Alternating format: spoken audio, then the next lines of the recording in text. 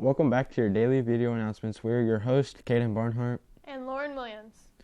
Today for lunch is spaghetti with meat sauce, cheesy breadstick, steamed broccoli, pineapple, and a cold milk. Here's a minute with Manning.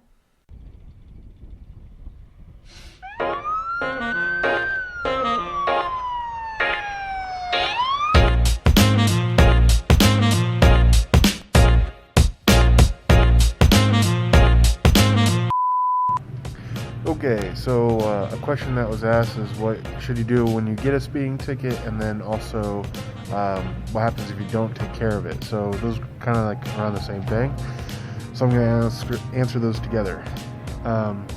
Basically, if you get a speeding ticket or a traffic violation, depending on what the violation is, if you're a minor, sometimes you have to go to court, which is Wednesday nights here in Valley Center, and you'll have to be accompanied by an adult, generally a guardian, during the court things for them to be with you.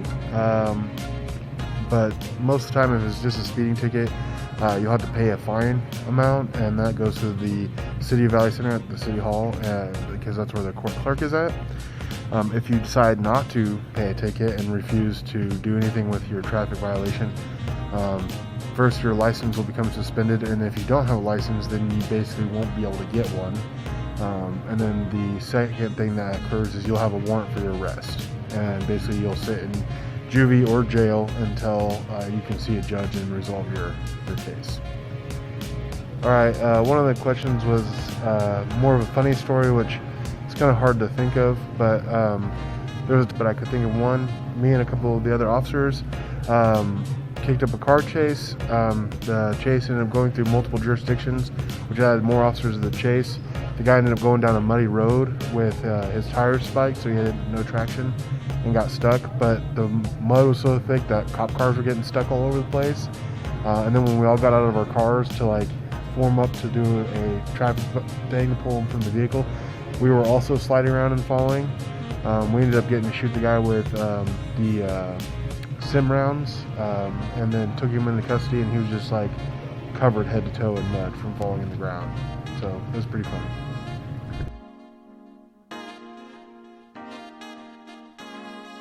Look at summer vacation plans.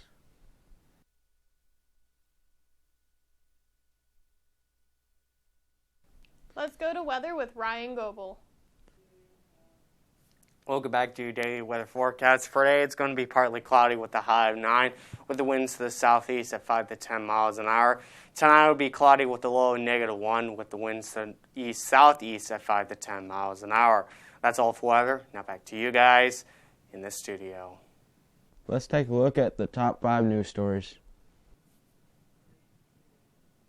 Hello, I'm Ryan McCormick, and welcome back to your top 5 news stories of the day.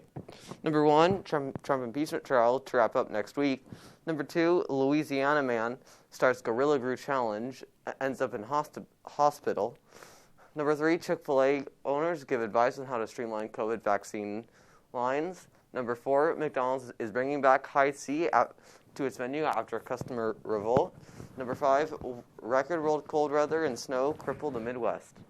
Here are today's holidays.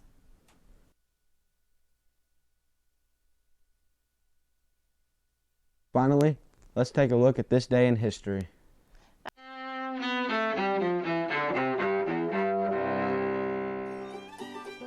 February 16th, 1862. A blow to the breakaway South during the Civil War. Some 14,000 Confederate soldiers surrendered to Union forces in the Battle of Fort Donelson, Tennessee. 2002. Families from Walker County and around the world have been horrified to learn that their loved ones may not have been properly laid to rest. Authorities in Georgia arrest a crematory operator after hundreds of decomposing corpses are found stacked in storage sheds and in the surrounding woods. The operator, Ray Brent Marsh, later pleads guilty and gets a dozen years behind bars. 1987. John Demjanjuk goes on trial in Jerusalem, accused of being the Nazi concentration camp guard known as Ivan the Terrible. Demjanjuk is later convicted, but Israel's Supreme Court overturns that conviction. 1968. America gets the first 911 call, a successful test of the emergency phone number in Haleyville, Alabama. and 2005. It's all about greed and people wanting to keep their profits. I really don't have any sympathy for the owners or for the players. The NHL scraps what's left of its season, already decimated by a lockout over a salary cap for its players. Today in history, February 16th. Mike Gracia, The Associated Press. That's all for today. Stay classy, VC.